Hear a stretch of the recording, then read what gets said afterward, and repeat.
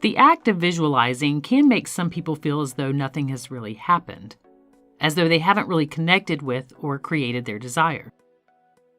This can happen when we see a scene in our minds from the vantage point of getting there rather than already being there.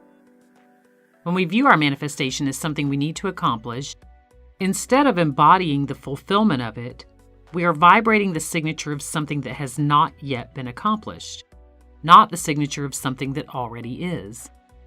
And in doing so, we get more of that. As Neville Goddard states, feeling is the secret. What we feel, we vibrate the signature of, and whatever we vibrate the signature of is what we attune to and experience from the field of infinite possibility.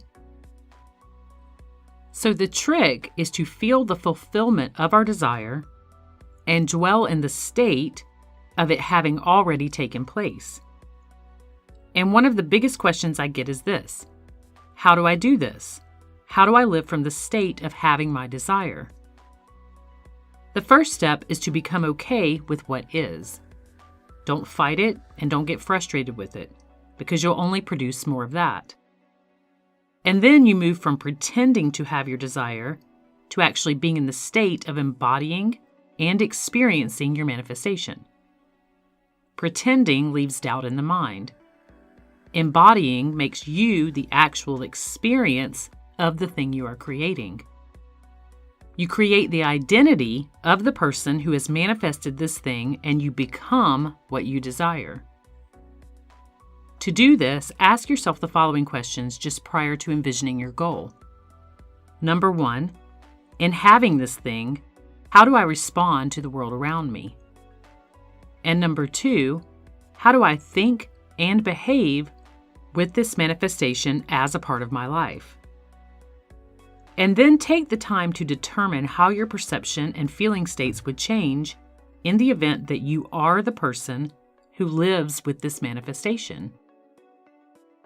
In other words, give yourself the experience of it and embody how that feels. Here's the way Neville Goddard explains it.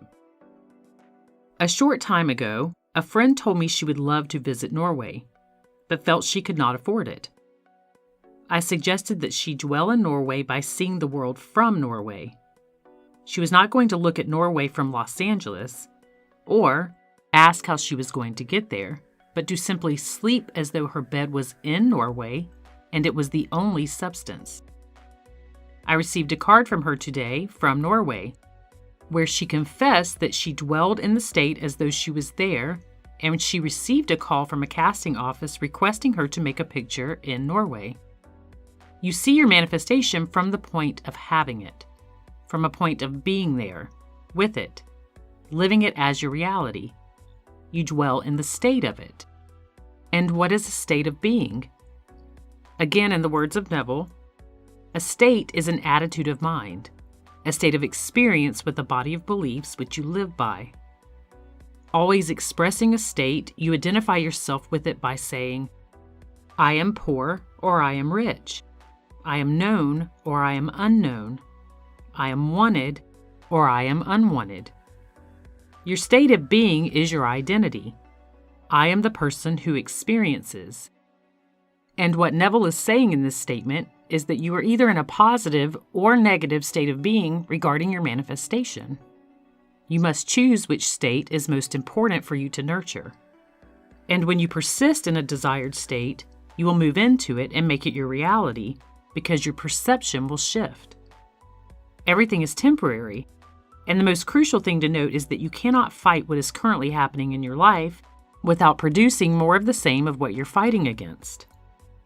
So you recognize that change will come at the right moment when you persist in your desired state. It has to start with you. The outside world will not change until you do. Go into solitude several minutes per day to create the identity of the person who already has this thing. Tell yourself that you will feel differently about yourself in that moment, and then create it and bask in that state. When you stop reacting to the world you currently see, accept what is as it is, and enter into the state of being where your creation has already happened, your perception and behavior will change. And when these two things change, you will automatically sync up with your manifestation. You have all of the tools within you to do this, all of the tools to become what you desire. And once you do, the world around you must reflect that back to you.